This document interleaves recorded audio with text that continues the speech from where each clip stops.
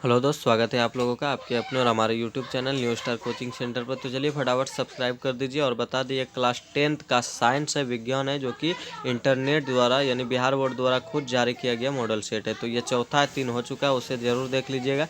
तो चलिए हम क्वेश्चन आंसर दोनों बोलेंगे, आप लोग ध्यान से सुनिएगा और देखिएगा, ठीक है। तो दिल्ली परिवहन की बसों में प्रयुक्त सीएनजी का मुख्य घटक क्या है? तो मीथेन गैस।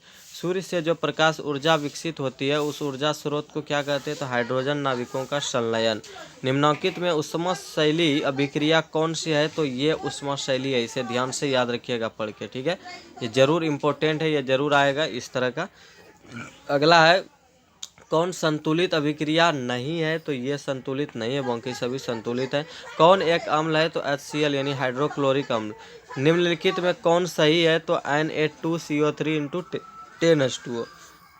अगला है, अल्प का पीएच मान क्या होता है? सॉरी, अम्ल का पीएच मान क्या होता है? तो यह गलत है, इसको आपको बता दें कि 7 से कम होता है अम्ल का पीएच मान, 7 से अधिक भस्म का और 7 उदासीन विलयन का।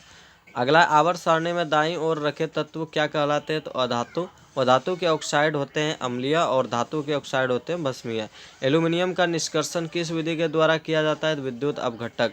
एंटीमनी क्या है? तो उपधातु है, एंटीमनी एक उपधातु है। अगला देखेंगे, स्टेनलेस स्टील किन धातुओं का मिश्र धातु है? तो Ni तथा Cr। उसके बाद प्राकृतिक रबर बहुलक है किसका? तो आइसोप्रीन का।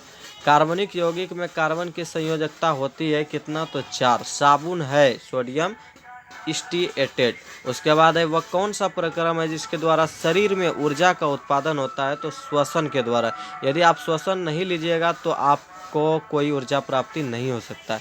जब प्रकाश की किरण हवा से कांच में प्रवेश करती है तो मुड़ जाती है किधर? तो अभिलंब की ओर यानी अभिलंब के निकट। प्रकाश का वर्ण विक्षेपण किस उपकरण से संभव होता है? तो प्रिज्म से। इंद्रधनुष का बनना किस परिघटना पर आधारित है? तो इसका राइट आंसर हो जाएगा प्रकाश का वर्ण विक्षेपण। अगला, उत्तल लेंस से 4 अपवर्तित किरणों को दर्शाया गया, इसमें कौन गलत है? तो ये 2 नंबर जो है ये गलत है आपका, ठीक है, याद रखिएगा। चलिए अगला देखेंगे, अवतल लेंस का आवर्धन बराबर होता है तो V/U होगा, ये वाला ये गलत है, ठीक है, याद रखिएगा। एक पदार्थ को धन आवेश से आवेशित किया जाता है, इस आवेश में पदार्थ का द्रव्यमान क्या होता है? तो अंशतः घट जाता है। अगला देखेंगे, चित्र में प्रदर्शित परिपथ के बिंदु A तथा B के बीच समतुल्य प्रतिरोध क्या होगा? तो इसका राइट आंसर हो जाएगा आप लोगों का समतुल्य प्रतिरोध यानी कि 3R हो जाएगा आपका राइट आंसर। बल्कि समतुल्य प्रतिरोध ये श्रेणी क्रम में जुड़ा हुआ है तो इसका राइट आंसर ये हो जाएगा आपका 3R, ठीक है। अगला, निम्नलिखित में कौन लंबे विद्युत धारावाही तार के निकट चुंबकीय क्षेत्र का सही वर्णन करता है? तो C, ये पढ़ लीजिएगा ध्यान से। डायनमो से कैसी धारा प्राप्त होती है? तो दोनों, AC DC दोनों, ठीक है। अगला, 1 2 3 ओम के 3 प्रतिरोधों को श्रेणी क्रम में जोड़ने पर समतुल्य प्रतिरोध क्या होगा? तो श्रेणी क्रम में जोड़ने पर उसको जोड़ दीजिए, 6 हो जाएगा। ओम के नियम को परिभाषित करने में किसका मान अचर रहता है? तो इसका राइट आंसर हो जाएगा आप लोगों का ताप का, ठीक है, नियत होता है ताप। सॉरी, इसका राइट आंसर आपका हो जाएगा ये धारा हो जाएगा, ठीक है, ये नहीं। अगला, वृक्क के संरचनात्मक एवं क्रियात्मक इकाई को क्या कहते हैं? तो नेफ्रॉन। लार में कौन सा एंजाइम पाया जाता है? तो टाइलिन। भोजन का मुख्य रूप से अपशोषण होता है किसमें? तो इलियम में, ठीक है। अगला देखते हैं, मनुष्य के मस्तिष्क को कितने भागों में बांटा गया? तो 3 भागों में। अंतःस्रावी ग्रंथियों होती है कैसी? तो नलिका विहीन। लैंगरहैंस की द्वीपिकाएं पाई जाती किसमें? तो अग्न्याशय में। पुरुषों में यौवनारंभ के लक्षण कौन है? तो इनमें से सभी आप लोग पढ़ लीजिएगा। अगला है, द्विसंकरण क्रॉस के फलस्वरूप उत्पन्न पौधों का फिनोटॉपिक अनुपात क्या है? तो ये वाला याद रखिएगा, ठीक है, 9:3:3:1। अगला, स्त्रियों में लिंग गुणसूत्र होते हैं XX और पुरुषों में XY। मानव का उद्भव कहाँ हुआ? तो अफ्रीका में। पर्यावरण का मुख्य रूप से कितने घटकों का बना होता है? तो 2। यूरो सेकेंड का संबंध किससे? तो वायु प्रदूषण से। 200 सेंटीमीटर से अधिक वार्षिक वर्षा वाले क्षेत्र को क्या कहते हैं? तो नम क्षेत्र या नमी क्षेत्र।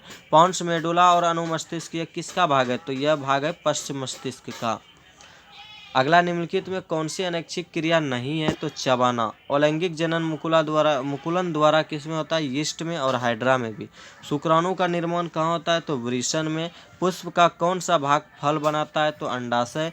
लिंग गुण सूत्र का पूर्ण जोड़ा किस में पाया जाता है? तो इसका राइट आंसर हो जाएगा स्त्री में। ठीक है। मानव शरीर के किसी सामान्य कोशिका में अनुसूत्रों को कितने युग्म होते हैं? तो 23 जोड़ा यानी 46। अगला, निम्न में कौन से समूहों में केवल जैव निम्नीकरण पदार्थ है? तो इसका राइट आंसर हो जाएगा आप लोगों को केक, लकड़ी एवं घास। अगला है, नर युग्मक और मादा युग्मक के संलयन को क्या कहते हैं? तो निषेचन। हाइड्रा में प्रजनन किस विधि से होती है? तो मुकुलन द्वारा। पराग कोश में होते हैं क्या? तो इसका राइट आंसर परागकण। मुकुलन द्वारा अलैंगिक जनन किस में होता है? तो यीस्ट में होता है और हाइड्रा में भी होता है। अगला, द्विखंडन किस में होता है? तो द्विखंडन अमीबा में होता है। फूल में नर जनन अंग कौन है? तो इसका राइट आंसर हो जाएगा फूल में नर जनन अंग पुंकेसर। अंडाणु निषेचित होता है किसमें? फैलोपियन नलिका में। शुक्राणु बनता है किसमें? तो वृषण में। पुष्पी पौधे में अलैंगिक जनन किसके द्वारा होता है? तो पुष्पी पौधों में अलैंगिक जनन जो होता है वह होता है फूलों द्वारा। उसके बाद है, निम्नलिखित में कौन एकलिंगी पादप का उदाहरण है? तो पपीता। चलिए अगला देखते हैं, निम्न में से कौन मानव में मादा जनन तंत्र का भाग नहीं है? तो शुक्रवाहिका। उसके बाद देखेंगे, निम्न में कौन उभयलिंगी जंतु है? तो इसका राइट आंसर हो जाएगा आप लोगों का केंचुआ। उसके बाद है, पुष्प का कौन सा भाग फल बनाता है? तो अंडाशय। पुष्प का कौन सा भाग परागकण बनाता है? पुंकेसर। निम्न में कौन उभयलिंगी जंतु है? यानी दोनों लिंग उसमें एक ही में पाया जाता है, केंचुआ। कौन एक लिंगी पुष्प है? तो पपीता। अमीबा में अलैंगिक जनन किस विधि द्वारा होता है? तो इसका राइट आंसर हो जाएगा आप लोगों का द्विखंडन। इनमें से ऐसे है ही नहीं तो द्विखंडन होगा, इसे विखंडन भी आप लगा सकते हैं। ठीक है।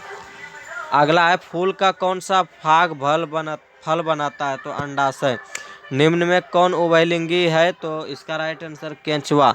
हाइड्रा में क्या पाया जाता है? तो इसका राइट आंसर स्पर्शक। निम्नांकित में कौन पुनरुद्भवन का उदाहरण है? तो हाइड्रा। याद रखिएगा, पुनः यह बन जाता है कट के। ठीक है। पौधे में जनन अंग कहाँ पाए जाते हैं? तो पुष्प में। इनमें कौन अलैंगिक जनन की विधि है? तो इनमें से सभी हो जाएगा, अलैंगिक जनन का विधि है। डेंगू उत्पन्न करने वाले मच्छर किस तरह के जल में होता है? तो शुद्ध जल में। और मलेरिया उत्पन्न करने वाले जो मादा एनोफेलस है वह यानी कि गंदा जल में। मलेरिया, ये लीजिए आ ही गया आपका आंसर, तो ये राइट आंसर हो गया। ठीक है। अगला है, नर युग्मक और मादा युग्मक के संयोजन से क्या बनता है? तो जब निषेचन होता है तो जायगोट बनता है यानी युग्मनज। उसके बाद है, प्लेनेरिया में अलैंगिक जनन की विधि क्या है? तो पुरुद्भवन।